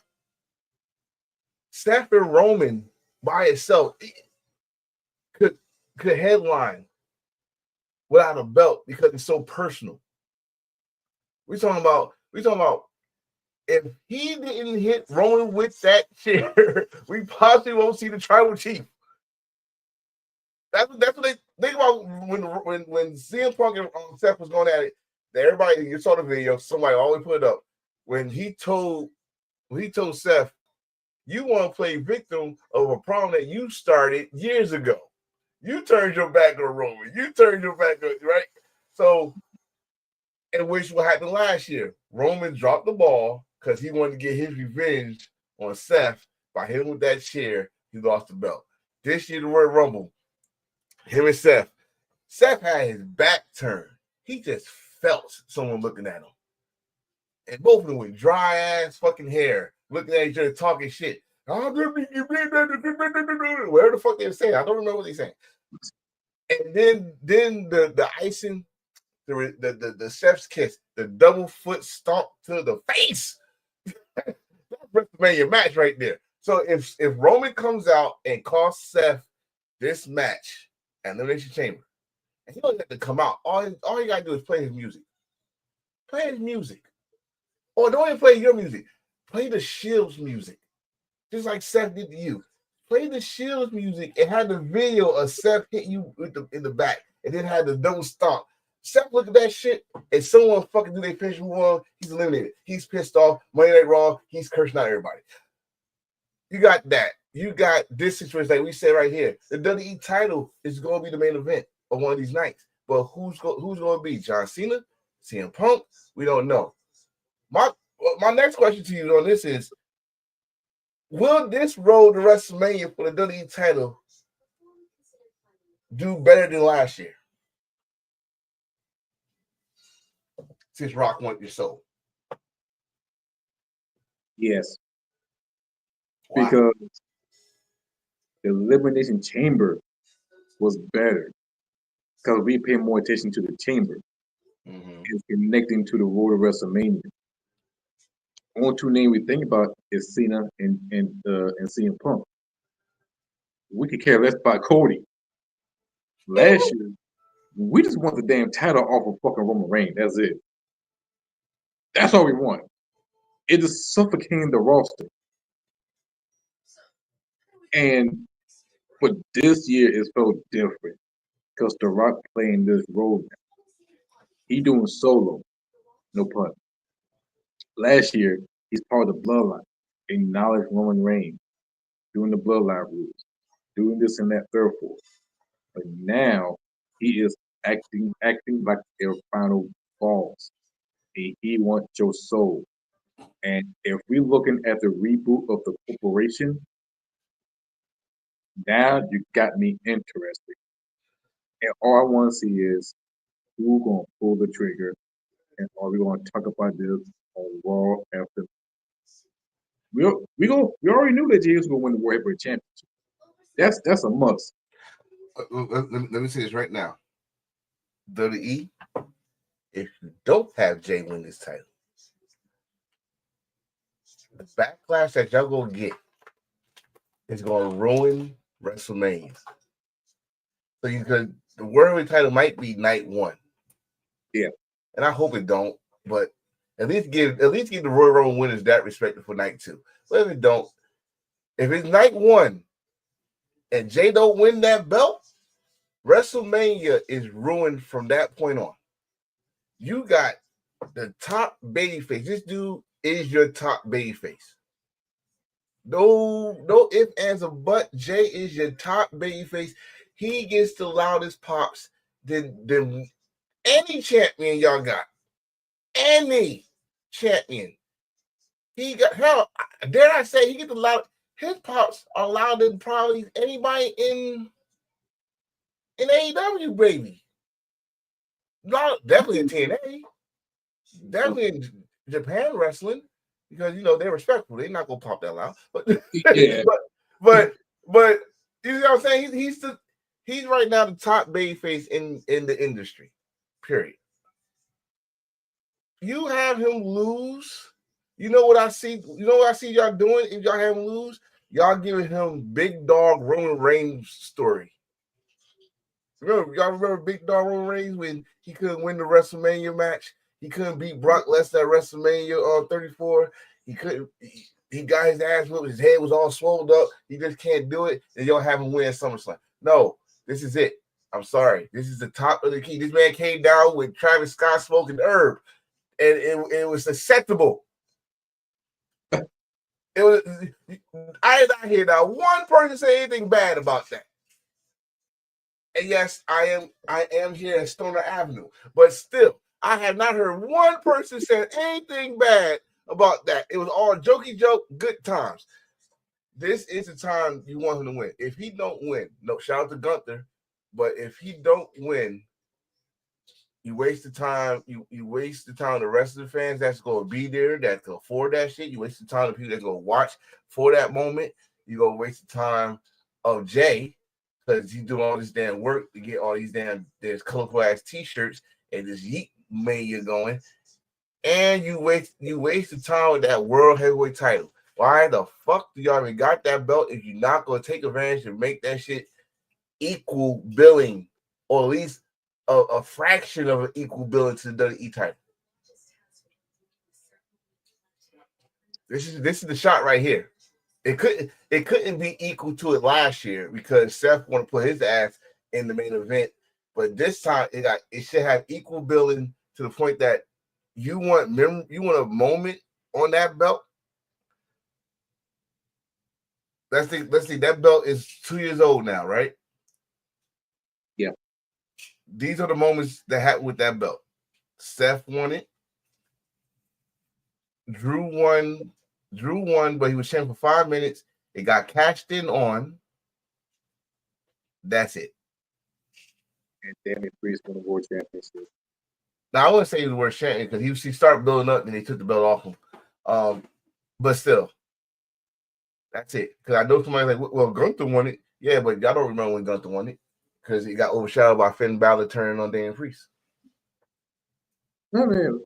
Well, King of the Ring, and we all knew he was going to win the World Championship regardless. But we talking about the moment for the belt though. Like, yeah, Gunther won, but we was talking about Damian Priest getting Finn Balor turn on Damian Priest at that moment. When he supposed to do that shit almost a couple months ago. So you talking about Memphis? You mean Memphis Baller? Right, boss. Feel it, boss man. Boss, amen. But it's WrestleMania right now. The road to WrestleMania is truly started at Royal Rumble, but it really going to start next week. It's going to start March 1st because we got to see what direction we going. What's going to happen to someone's soul in Canada, and let's see what happens from there. Now, did he say he's gonna be at the Elimination Chamber, or he say he's gonna be in Toronto? Because that could be he gonna be in SmackDown. Elimination Chamber. Okay, so they probably do this shit in the middle of the show. Intermission time, but y'all ain't gonna get nothing because Rock gonna come out, do his shtick, and say he want answer from Cody. Cody gonna do his fake tears and gonna say, I can't do it. And then Rock gonna beat his ass. And then the person that's gonna do it, you know what'd be funny? If the men's Elimination Chamber is first. That will be terrible. It'd be terrible, but funny to me, because that means that if it's first, that means we'll find out if Cody says no, who's going to side with Rock in the middle of the show. No, they're gonna save it. No, they're gonna save that for WrestleMania. You don't pull the trigger. You gotta save them bullets. Hey man, you watch WWE as long as I have. You know they gonna do it now. They gonna have him come out now. You come out Monday night and say he said no, but this guy didn't, and they gonna come out. They don't like to save the moment no more. They need to get that shit going now. And Triple H right now. Or some of y'all call him Papa H, some people call him MAGA H, some call him Colorblind H. But it's gonna be hard to top last year to me, bro, because it was such an audible last year that everything else was gold. Now it ain't gonna be no audible this year. It ain't gonna be no audible. It ain't gonna be no. Listen, Jay chose Gunther. There's no Rock trying to take Jay's spot to get Gunther. Rock is not trying to be in the WrestleMania main event. He's just trying to be in the story. So he said, people need to understand. We remember shit that he said last year. And this is how he gonna break his heart. Rock said, don't break my heart again. He about to break his heart again, people. And Rock is about to make his road to WrestleMania a living hell. I guarantee it. See that 30. WrestleMania 30 is your top. Wait, no. Who's the damn school? Wait, who the hell? What? No. Go to hell. WrestleMania 17. You 30 killed my childhood, man. 30 killed my childhood. You know what? Not, Let's put us up there. No. I'm gonna say this. They're going back to New Orleans. Next year. Next year. It's a cursed city. We lost the streak. Oscar. 2 streets. Yes, 2 streets. Nakamura and Styles. Don't get me started with that. Wait. I'm gonna have to. You're not black anymore. I'm gonna have to bring people to speed on that. The reason why it was bad, in my opinion, and I tell people this shit all the time when it comes to WWE and the wrestlers that they love that goes to WWE. You need to stop expecting the people that we know before WWE to have a fucking WWE career or to have some. That was not the AJ Styles we saw in Bullet Club, and that's their show is not King of Strong Style Nakamura, but they won the story. And you think about it, yeah, did I not like that match? Hell yeah, my wife right here, she'll tell you. But did I like how they end the story? Yeah. Last man standing match, the best match of all the matches they did. Shit, yeah. But when it goes to New Orleans for WrestleMania, he just told you the cream of the crop. I told you a little bit already with Roman Reigns and Brock Lesnar. I remember Roman brought through the belt at Vince. That was in New Orleans. Good tossing. Yeah. You know, it's but we did get some happiness in New Orleans. We did get a returning Bryan Danielson. His first match was WrestleMania 34 after he was supposedly retired. We again another happiness in New Orleans. The Yes Movement won the title. Hallelujah. Praise Jesus. Want to know a curse? Another curse? But God rest his soul. Bray Wyatt got screwed. I repeat, Bray Wyatt got screwed. Who was that won that match? Yeah. Was it at the WrestleMania where AJ Styles beat the whole Divas roster? Was 30? Say it with me now. Yes. Because the next night Paige beat him for the title. Yeah. 30. Only thing 30 got is that moment. The Undertaker losing, and no one knew what the fuck to do. We had one black guy like this with glasses, and Paul Heyman didn't even know what to do.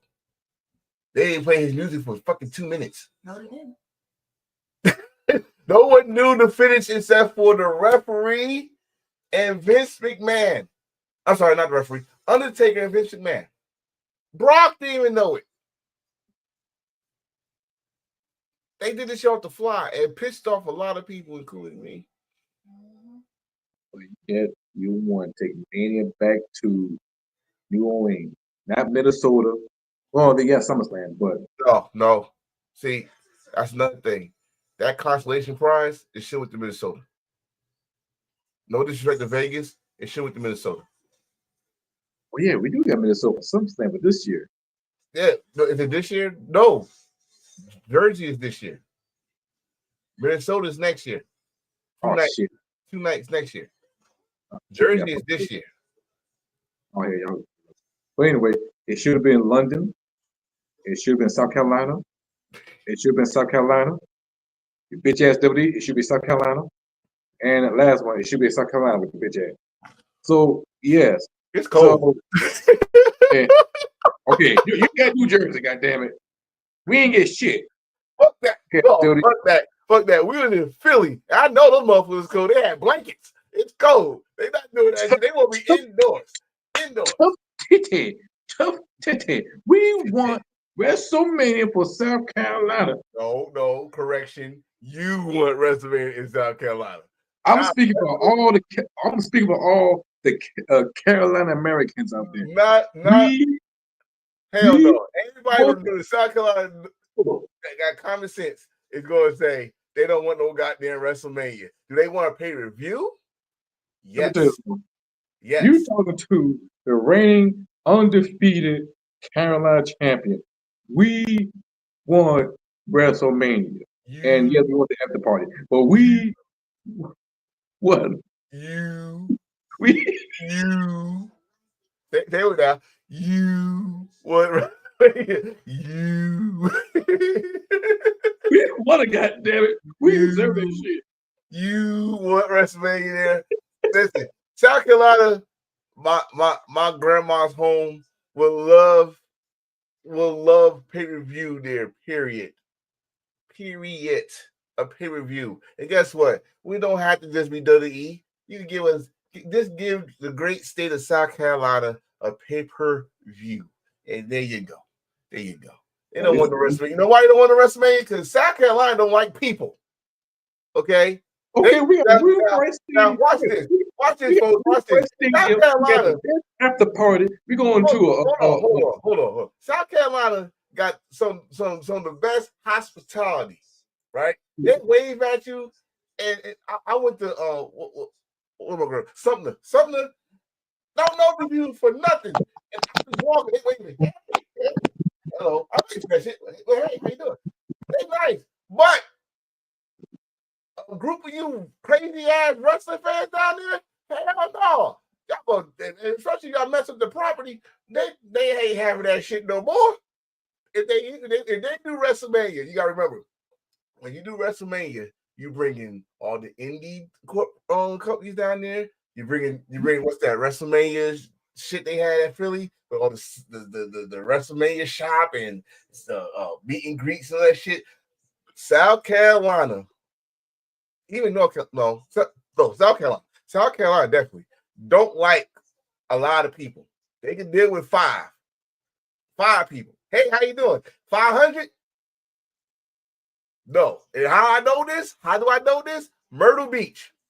They hate us down in Myrtle Beach. We come down there every year for Memorial Day. We bring our bike, and they do. They be cursing us. Wait. Caw.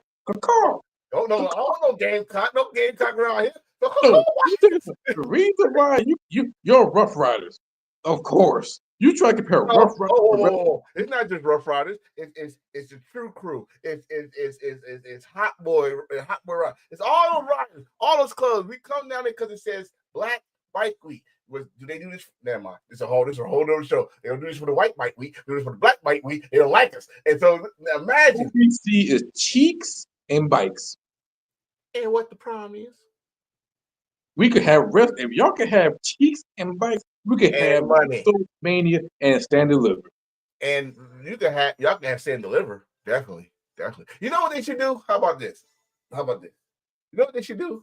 They should have Carolina WrestleMania, which means it could take over North and South Carolina. And North Carolina have WrestleMania. Watch this.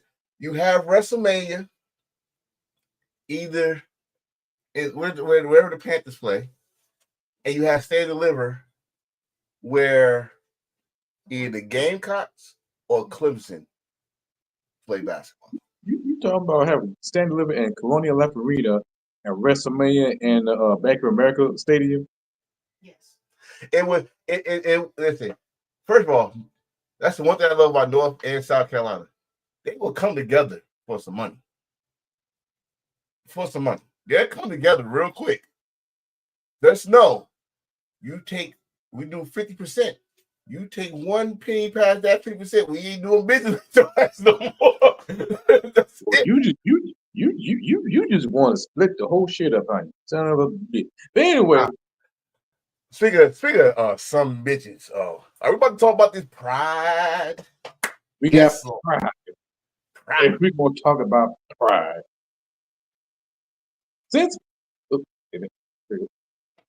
we saw the show Dark Side of the Cage, they did a 2-part episode for Pride FC. They talk about the rising of pride, and then the second part they talk about the demise of pride, or the downfall of pride. And I'm a big fan of MMA or pretty much combat sports. Anybody who watch pro wrestling, me and you, everybody else, who watch MMA or combat sports is connected to pro wrestling. You know why? We see Yuji Nagata, we seen Akiyama, who fought Rio. we seen also to mention about Antonio Inoki, who bring in MMA influence into New Japan Pro Wrestling. It's called Nico Inoki is Ism. yeah. We see all the wrestlers get their ass whipped. But what's so great about Pride FC is different because they are upcoming promotion who is competing against other fight promotion with Pancrase, UFC, who was slowly rising up before Ultimate Fighter. Well, dead. But anyway, but with Pride FC, you brought in some great fighters: Rampage Jackson, Wanda Silva, Michael Pocock, Theodore Emelianenko, including his little baby brother. All them guys were legends. And Anderson Silva and early Anderson Silva. And this style was different. You can kick somebody in the forehead, on the ground, soccer kick, knee on top of their head. You can do whatever you want with the rules. And now that they'll host a big tournament like Shockwave, they host Grand Prix, and all their division is some are open weight, some got weight divisions, and all their classic match. And we had a big fat sumo wrestler fight the little man, and little man whoop his ass. That's fucked up. Fucked up. He did. He whooped fat ass. But Pride FC was a really good promotion, but it was controlled not by the boss, but some yakuza. If you know, yakuza control entertainment. They want you take a dive because they put some money into it, and you willing to do that. I believe Mark Coleman take a dive because wasn't Mark Coleman? It was so Cole Crock, who was undefeated at the time, but it was his final match. And they knew it was his final match, so they told him to lose. And he didn't want to lose. But when he got word that who wanted him to lose, and he was not with that, even though he's from, I think he was from Russia, he's not with that part of the lifestyle. So he said, okay, I'll lose. Well, I ain't coming back to this bitch. And he didn't. Like, he lost, and he didn't like it. It's a good thing.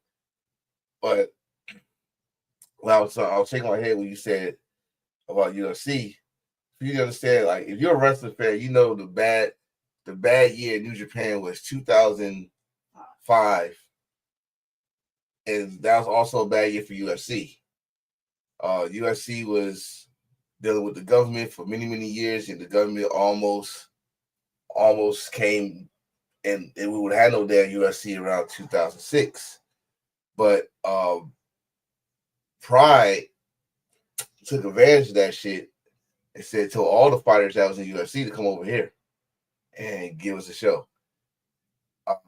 Especially, y'all know it's a famous scene if you watch brutal knockouts on YouTube when it comes to MMA, and you see one black dude with a karate outfit on, black belt, and he had this dude had his legs across his arm and had his other arm locked up. And all you had his head. He just kept on elbow. Well, that guy is Mr. Goodson.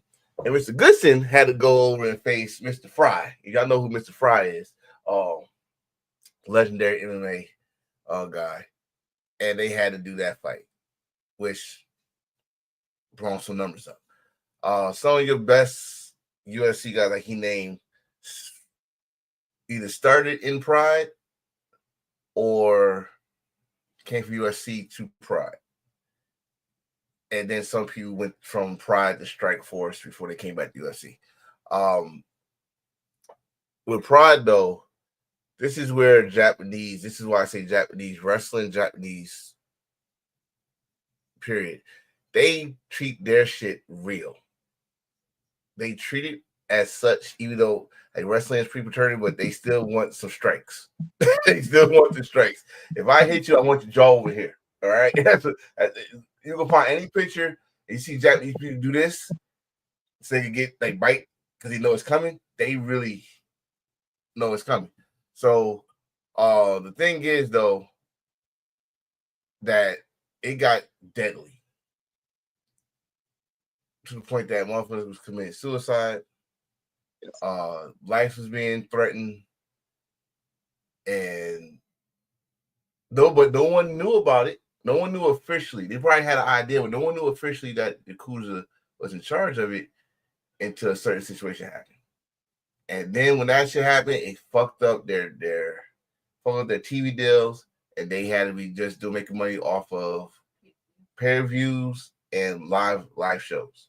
They used to get 10 million views. I don't know how much that is in ratings, but 10 million in Japan? That's right. My wife right here. That's half the fucking country. So that means Europeans was watching that shit, and you was over here in the States, and you was lucky enough to watch that shit. Bro, they was making money out the ass. It's just too much, though. What I mean by too much is once you make a certain amount, how much percentage you think Yakuza was taking out of that?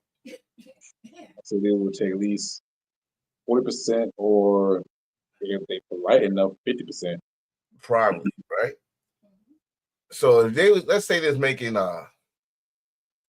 50 mil, let's say 50 mil. 50 mil for one event, which means they would have to get 25. If they next show don't make 50 mil, they will fix the problem. The only way they can. And that's as much as I'm going to say, because I don't know y'all, and I don't know your business. I love my pinky. But this is my thing on one of the things I told you, we were talking about this on the pre-show, I'm going to say it now. When talking don't work with Yakuza, and they got to bring that Katana or Mr. Wilson, y'all know what Mr. Wilson is? Mr. Wilson, out.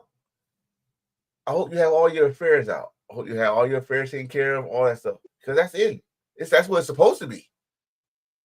That Australian guy, you are a lucky son of a bitch. Because you should have been gone. But he was in charge of what's his name? Fedor and the other guy that left after I was just talking about. Copra, I forgot his name. But he was in charge of those two. And we almost had a situation. Enochiism had an MMA thing the same night as Pride. And they had the nerve to take their 2 stars on Enochi show. Yakuza was not having it. They came to that show and it was a gang fight in the locker room while they had their 2 stars fight in the ring. All hell broke loose. Mm-hmm. If you ever watch if you got an app called Hiya. Oh, I know you're talking about. Right. They talk about these type of shits. The movies is outstanding. They talk about they get down and cops don't do shit. They let them sell it out. Like, listen, it make their job easier. Y'all just end off each other out. We just clean up, blah, blah. They fighting each other in the fucking parking lot while the show is going on. It just don't make no sense. You know what's crazy? I'm gonna send you a link when the show is over. There is a show on YouTube called Breaking Point 15. They pick out the best street fighters, Japanese Yakuza street fighters. Bring them to the show. They fight. They even make it to the damn ring. They fight during the show. They fight on the press conference. They fight everywhere. And here's the thing. They fight in 1 round, 1 minute bout. 1 round, 1 minute. I've seen people get knocked out, tap out, or win by unanimous decision. Man, These are not no fucking trained MMA. Those are some street Yakuza street fighters, niggas, motherfuckers. Yeah, I was to say change that word quick immediately.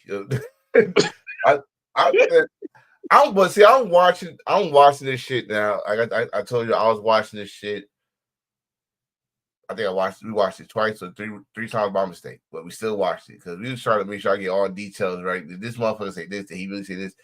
And people, besides seeing that, you gotta understand around that time, Pride, especially if you had EA, MMA, EA.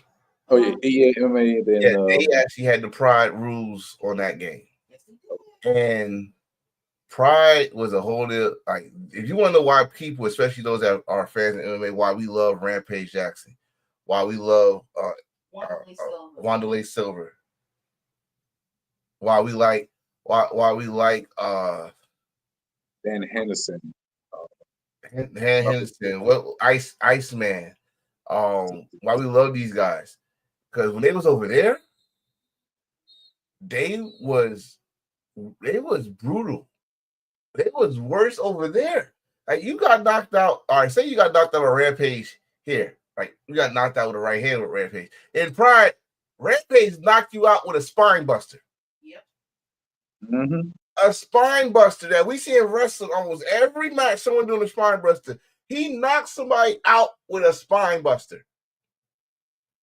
What Wanderlei Silver. They called this motherfucker The axe murderer. I swear, y'all two at the same time. The axe murderer. Because he looked like an axe murderer. This motherfucker had hair. And he's still like an axe murderer. And he knocked your ass out. Dan Henderson. Got the Anderson Silver. It's names that you know here that was on Pride that really made a bigger name for himself in UFC. But those was the best times. Boss Rutan, former 3-time Pancrase champion, 1-time UFC heavyweight. But when he was at UFC, they was going through their shit. They, like I said, almost we would never saw UFC if 2006 and Ultimate Fire did not happen. Because Pride was kicking their ass. They was kicking everybody ass. They put Pancrase out of business. Yeah, Pride put Pancrase out of business. Okay, but you had Sakura, who is a Hall of Famer that's still wrestling Noah sometimes. It's so many names, but at the end of the day, there's always a dark side to these damn wrestling companies and these damn combat sport companies. And unfortunately, in Japan, Pride was under the influence. I mean, right now, as we speak, if y'all remember a certain wrestler that used to wrestle in New Japan, did his little tweaks and try to put New Japan under the bus the same way Pride was on the bus. And thank God that didn't happen. But then, some people say that Noah is under there, All Japan, all this. That's why now Japan Wrestling got a union called, was it Wrestling Together or Together? Union Japan Pro Wrestling. Yeah, so get that shit out your head. But back then, everything goes. Like, those guys was in charge of entertainment. And not for the people, for them. Like, shit, if they wanted 2 chicks mud wrestling, they would have had that shit. They had that in charge. Yeah.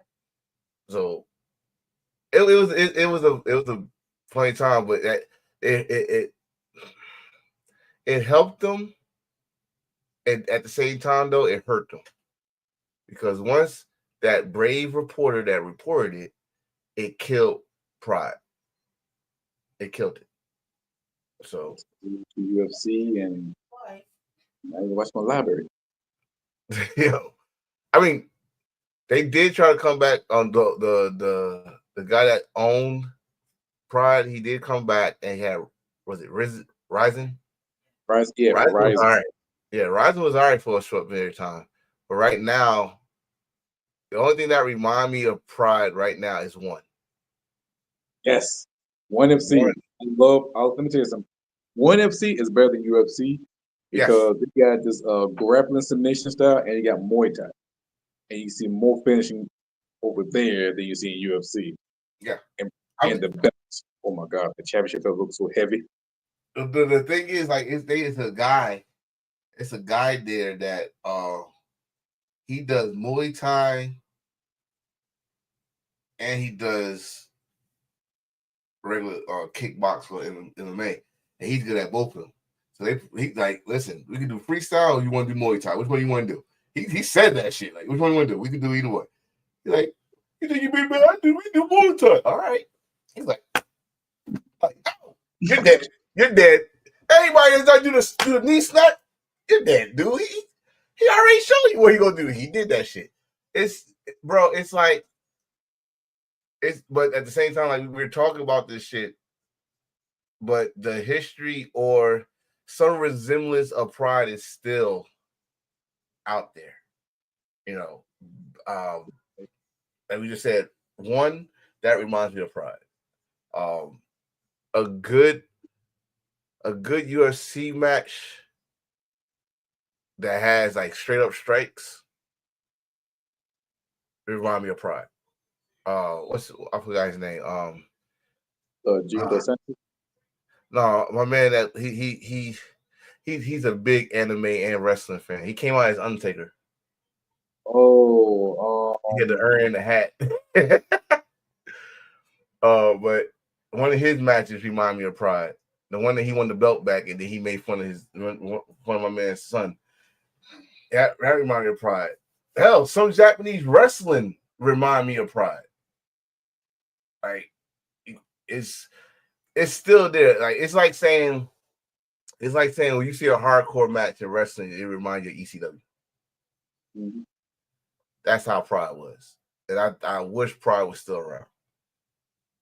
Yeah, I think Pride would have been hot and it would be big, and then it definitely would affect New Japan Pro Wrestling and other promotions. But I think if they I don't think they would have done.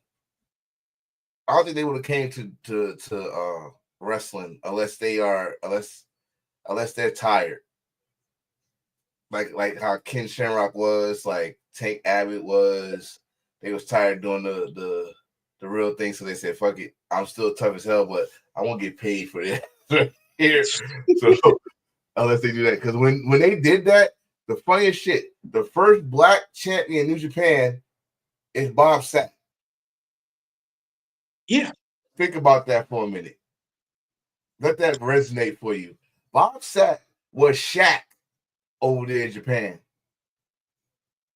Like, they showed that Bob Sapp did more commercials than fights.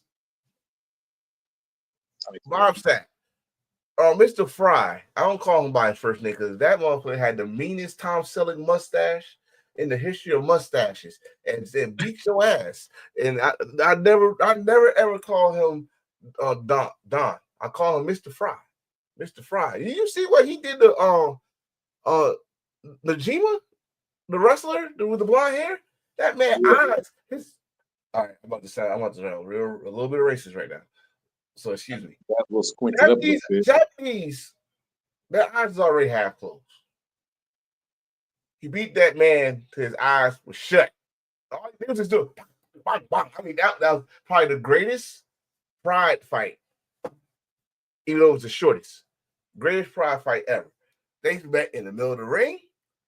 They grabbed each other by their freaking neck and bang, this kept going. It looked like Don. Look, he didn't touch Don, but Don connected that boy's face with like ground beef. And still talk about to this day. God rest his. Oh no, he didn't pass away. He got he's still medically. Yeah, he's just paralyzed because Suzuki, another MMA legend, he's a wrestling legend too. He does a show for him every year. One of the most beautiful things I ever saw. He said, "No, we want a wrestling match right now. Get up." And he like, "Get up." He tried too. Like, I'm a grown ass man, and damn it, that could have brought me to tears. It's that's a true friendship. But Pride, man, Pride is. If they wanted to bring back Pride now, it won't be the same. Nah, I mean, we got Rising, we got One FC, I'm pretty sure we got other promotion out there based in Japan. Is Bellator still around? Because I haven't heard Bellator in a while. They not? No. Yeah, I would say I haven't heard them in a while. Damn, UFC buying everything like they WWE and shit.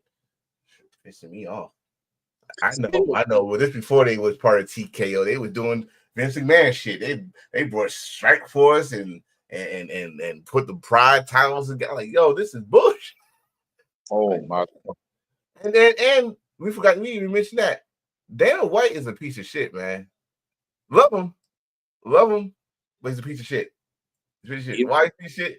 He comes into Japan into Pride press conference and said, "We come to kick your ass." He said, "We coming to kick y'all ass." So I think that's when UFC came to Japan. Not a very warm reception. No, but I remember the Rampage. I remember the UFC with Japan, and they played Pride theme music when Queen Rampage Jackson was there. And I believe he fought, I think either Wonder Silva or somebody. And that probably was when he finally knocked his ass out. Yeah, Rampage didn't. He could never beat Silver, and he finally beat his ass, knocked him the fuck out on the third. It's always the third match. Always third match when you can't beat somebody. The third match, that's when you finally knock their ass out. He knocks his ass out. So except for John Jones and Damian Pierce situation. John Jones, I think John Jones would have loved Pride. That's a good question. What fighter now you think could have made it in Pride? The first person I would think is John Jones. John Jones. I don't think DC. I don't think DC could make it. No, not DC. Yeah, his weight problem. That boy big. He's round.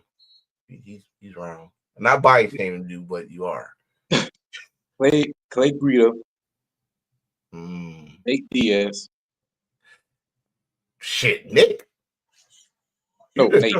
No, I'm saying Nick. I'm saying, listen, you talking about kicking people while they down? Nick would have stomped the shit out your ass. No question. No question. Ooh, Derek Lewis, the beast. Yes. Derek Lewis in the heavyweight division. I will see. In fact, I got a match already in my head. Derek Lewis against Josh Barnett. In Bloodsport, yeah, but in Pride? No, in Pride. Right. Y'all listen, y'all start sleeping on Josh Barnett, man. Josh Barnett was a bad motherfucker. He's one. He came up during the golden days of UFC. Yeah, so this is the thing with him, and that's why he got so much respect for Japanese culture. He did Pride and New Japan at the same time. In fact, he headlined the Tokyo Dome. Mm-hmm. So we gotta give him some respect. I mean, he's still, and the thing is with him, the thing with Josh is you don't think Josh is like, he's in his 40s, not 50 yet. Yeah, he is late 40s. He can still kick your ass. Yeah, he doing a little wrestling thing, and he comes in, and the reason I get mad about this because he did a little thing with was it Cassioni? And fans like, what the hell is this? What it is if you say what was their name? There's a Blackpool Combat Club. He gonna teach y'all some tricks to do here and there. Think about like Moxley just won a competition in Muay Thai, and which got Cassioli interested. They signed Josh to see if he could do it. Josh said he got a future in it. Guess what Cassioli's doing on his off time? Muay Thai training. We already know the motherfucker's strong as hell. We already know he probably could throw me and you at the same time to the third row from the ring. He want to work on his submission. Nothing wrong with that. Josh Barnett should be a fucking trainer at a wrestling company for submissions. Hell, I got somebody for you that I think could also be in Pride if it was back in the day, if he wasn't in UFC. Frank Mir. Frank Mir could have been in Pride. This man broke someone's fucking arm. I can in see that. UFC. He made Brock tap. Well, that was on Brock Lesnar's mistake, but I yeah, don't give a fuck. Did Brock tap? Yes, he Yes, did. That boy is tap dancing like Sammy Davis Jr. He tapped. I'm scared of Brock. I got to do. you know who else I would like to see? CM Punk. No, I'm just kidding. I would say you bring your black ass over here. You don't goddamn well CM Punk can't fight in MMA. But I would say if they ever have a women pride, Amanda Nunes. Did they try? I think they did try. They did try females in the pride. I think they showed that. They tried. It's a lot. Shit. Just like she did in Strikeforce. I wouldn't mind back then seeing Ronda in Pride. She would have brought them to a whole different level. In Pride. Because listen, you get slammed by Ronda back then. Game over. Because she got you. If you ever got in her possession, she slammed you, it was over. She did one of those toss, it was over. And then she started fucking in your forehead and all that shit. Her, you already named who was the other one? There was one more chick. And Cyborg. Chris Cyborg. Back then, yes. Now she can still get it. I think she retired. No, I think she's still fighting. I think she was on OnlyFans, so she's talking about more fighting. Wait, rewind that. What'd you say? She's on what? She got OnlyFans, and she's there just to talk to her fans. Oh, okay. Yeah. Nobody wants to see. Anyway. See her robotic body. Now we judging now. That's what we do. We judging. I ain't judging. It's fact. It's goddamn Terminator. You got bolts and wires and shit. Anyway. Oh, will you stop it? Everybody want to get touched on by the cyber. Anyway, I do. Ain't you the one who gets body slammed by Nia Jax? No, I say body slam.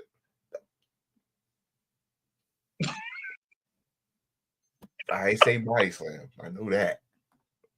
That's what I'm gonna say about that. It's time to eat. You know what that means? Yes. Next week we're still gonna watch Dark Side of the Cage. We're gonna talk about Ronda Rousey, and after that we're gonna talk about all the good stuff in WWE, TNA, Ring of Honor, AEW, DDT. Well, DDT. They're supposed to come out with a judgment card reveal. We want to talk about that one. Oh, wait. Next week, we definitely got to talk about Elimination Chamber. That's on Saturday, so. Elimination Chamber. Yes. You got to see what's going to happen now. Interesting. We'll see who's going to come out as the winner. So, that's the show. I'm Ian Carmichael. I want your damn soul. You will not. You will not. No soul. No soul. Rock. Dwayne. What was you thinking? I am Enforcer, Mr. Attention Getter. We'll find out if he's going to get someone's soul. Ooh. Next week. Yes, next week or next episode of Dragon Ball Z. Anyway, until then. We gotta find a way to put that. We gotta find a way to put that audio on here. Oh yeah. Until next week. Oh, I don't know. I want to do the audio. I will send it to you. Like put it on there. Put it on there. Oh yeah. Next week on Embrace the Thirst. And then you just say, Rock takes his soul. Find out. All right. We got it. Till then, see us next time. Good night and goodbye. And always embrace the thirst. All the way. Deuces.